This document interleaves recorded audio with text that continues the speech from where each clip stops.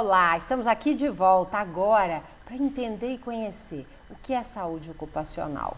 O que você pode fazer para prevenir as doenças na sua empresa e o que você ganha com isso? Para falar sobre isso, tenho aqui comigo Cledson Bernardo, ele é presidente do grupo Engecom e um grande especialista no assunto. Cledson, obrigada por estar aqui conosco. Obrigado pelo convite. Então, para começar, eu queria entender o que é saúde ocupacional. Então, Paula, saúde ocupacional hoje é um conceito moderno, né, que antigamente falava assim, medicina no trabalho, mas esse conceito era um conceito de correção, né? A saúde ocupacional é um conceito mais de prevenção. Então, saúde ocupacional é a ciência que cuida da saúde do colaborador de uma forma preventiva no ambiente de trabalho. E aí, que tipo de ação uma empresa adota para ter essa saúde preventiva dos seus colaboradores? Então, hoje a gente precisa entender que esse recurso humano, que é o colaborador, ou um parceiro, como a organização queira chamar, ele é muito importante para a qualidade do meu produto final. Então, eu preciso cuidar dele e eu preciso que a saúde dele esteja em perfeita condição. Então, a gente cria, primeiro, programas, né, preventivos, alguns são legais, obrigatórios por leis, e outros que vão além, né? Então, além do que é o legal.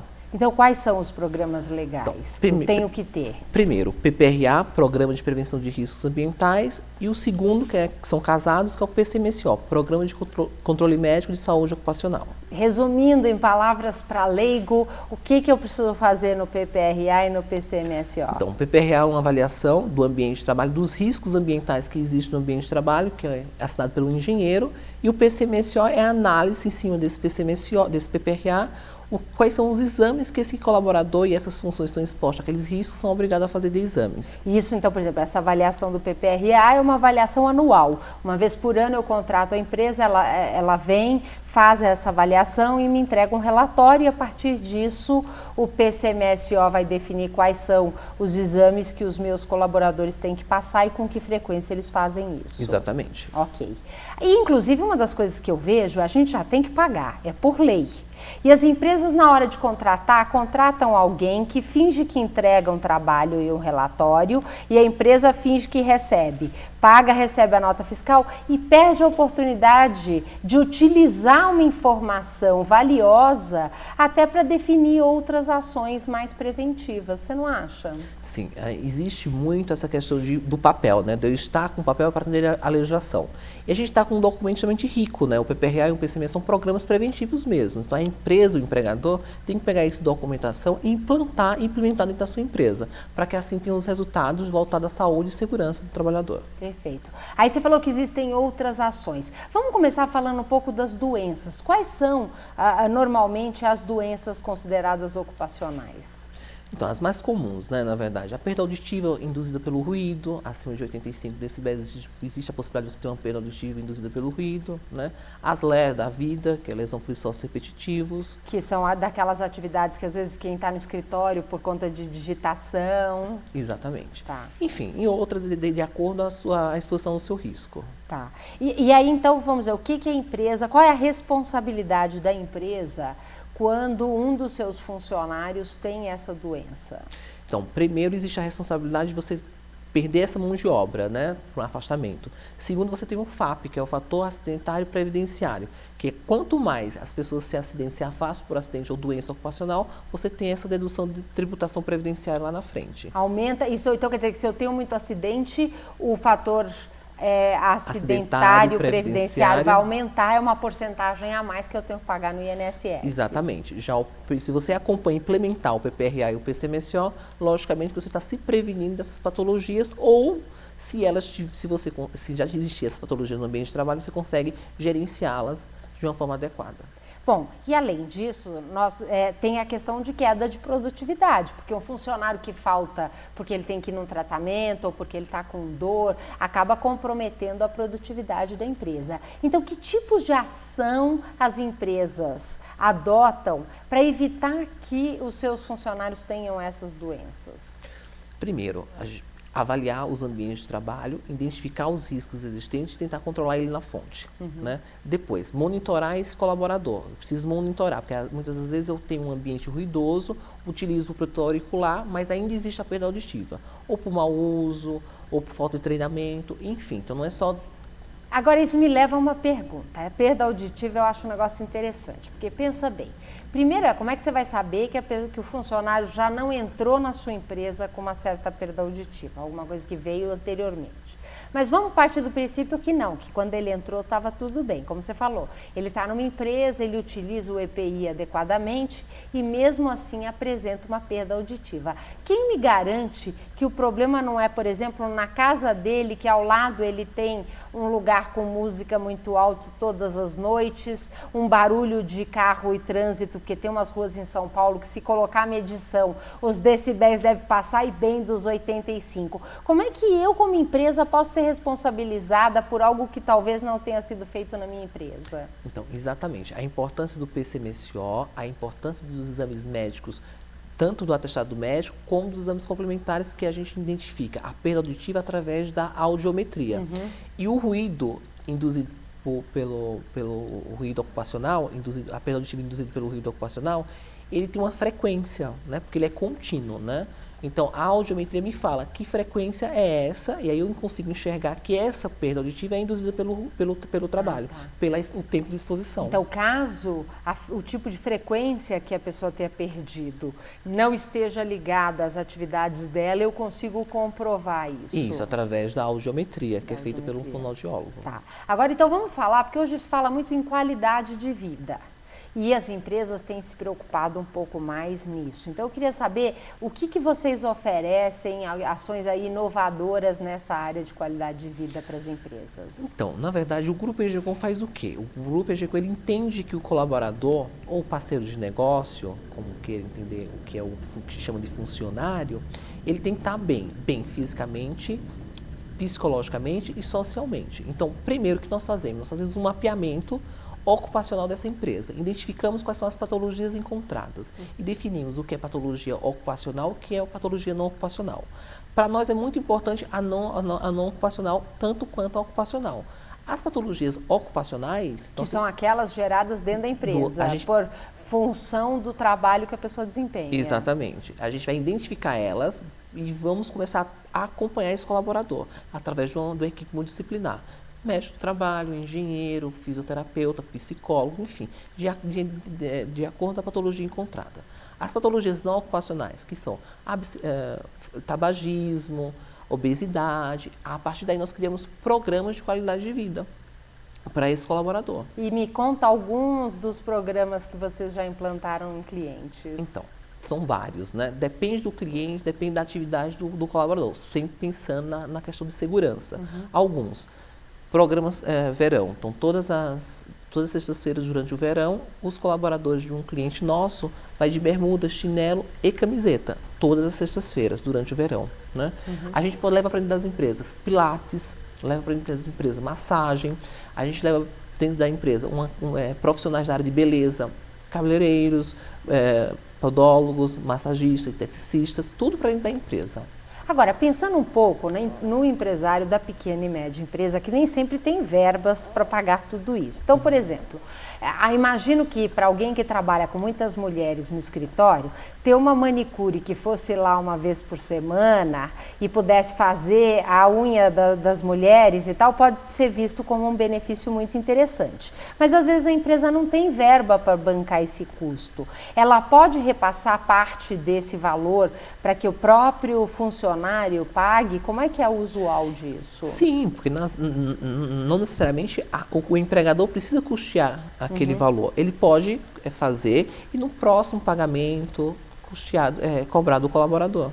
Então vamos dizer, negocia com uma massagista, a massagista vai vir uma vez por semana, normalmente uma massagem custe R$30. Ele faz uma negociação porque a massagista vai ficar lá toda semana e vai fazer 10 massagens seguidas, então ele negocia um preço melhor, então para o colaborador, em vez dele pagar 30, ele vai pagar 10 ou R$15, que já é uma vantagem, né? Sim, pode ser feito dessa forma. E ele paga num dia do pagamento dele. E fora isso, vamos dizer, tem ainda aquelas ginásticas laborais que para quem tem problema porque fica digitando, aí fica lá fazendo as ginásticas, alongamentos e tal? Ainda faz parte da ginástica laboral, ainda faz parte de um programa de qualidade de vida para corrigir um risco, que é o risco ergonômico, né? Porém, tem que ser cuidado, tem que ser avaliado, porque muitas vezes a gente pega a ginástica laboral, leva para o ambiente de trabalho, mas aquela ginástica que está sendo feita não é adequada pelo risco ou pelo movimento que ele está sendo feito. Então, nada adianta.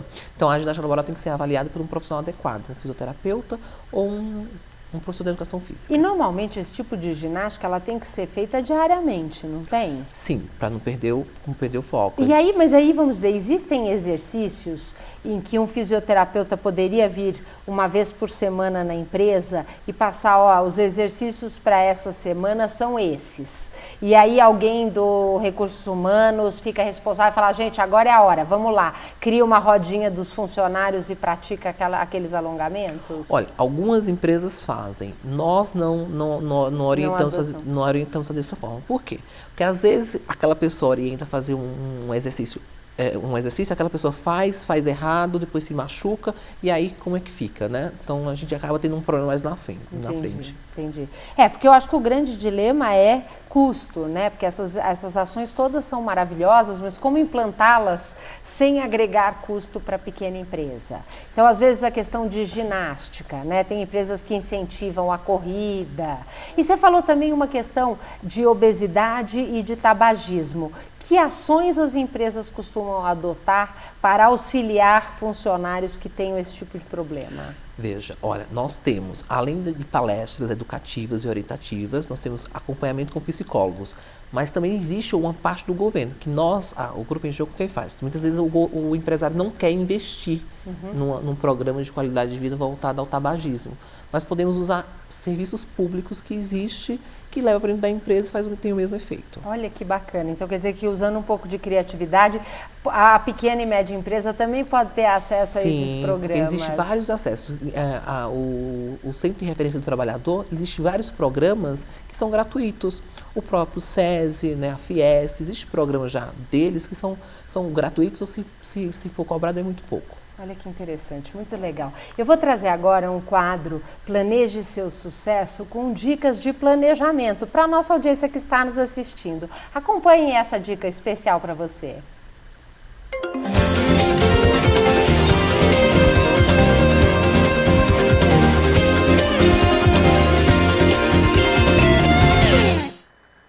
A comunicação com o mercado faz parte da rotina de qualquer empresa, certo? Mas como transmitir uma mensagem relevante e fazer com que o seu público compre o seu produto ou o seu serviço através dessa mensagem? A minha dica é usar a metodologia AIDA. Vou explicar um pouquinho para você como funciona essa metodologia. A primeira letra da metodologia é a letra A. A significa atenção. Seu público precisa estar atento à sua mensagem. Para isso, você precisa conhecer as particularidades dessas pessoas com quem você está se relacionando. Entender os temas que essas pessoas gostam, os assuntos que elas se interessam e relacionar isso ao seu negócio. Segunda letra, letra I. I de interesse. Para o seu público se interessar pela sua mensagem, você precisa dar a ele todas as informações relativas ao seu negócio, para que ele veja como o seu negócio pode contribuir com a rotina dele. Fale para ele qual é a tua forma de trabalho, quais são os benefícios que o seu produto oferece, quais são os cases que você tem. Enfim, compartilhe com ele todo o seu conhecimento. A terceira letra é a letra D, D de desejo. Para o seu público desejar o seu produto ou o seu serviço, ele precisa imaginar quais são os benefícios que ele vai ter, como ele vai estar após adquirir esse produto ou esse serviço. Coloque esse possível cliente em contato com seus clientes atuais, para ele visualizar a situação futura em que ele vai se encontrar. Legal? E a última letra é a letra A de ação. Ou seja, o seu público precisa comprar o teu produto ou o teu serviço. Para isso, certifique-se que ele tem todas as informações necessárias, mantenha contato com ele através dos seus canais de relacionamento, sites, mídias sociais e mantenha calma. Deixe que ele fale com você. Afinal, a comunicação envolve troca, envolve interação. Espero que vocês tenham gostado das dicas e se quiser saber um pouquinho mais sobre esse e outros assuntos do universo empresarial, entre no nosso site www.greatgroup.com.br. Um abraço e até a próxima!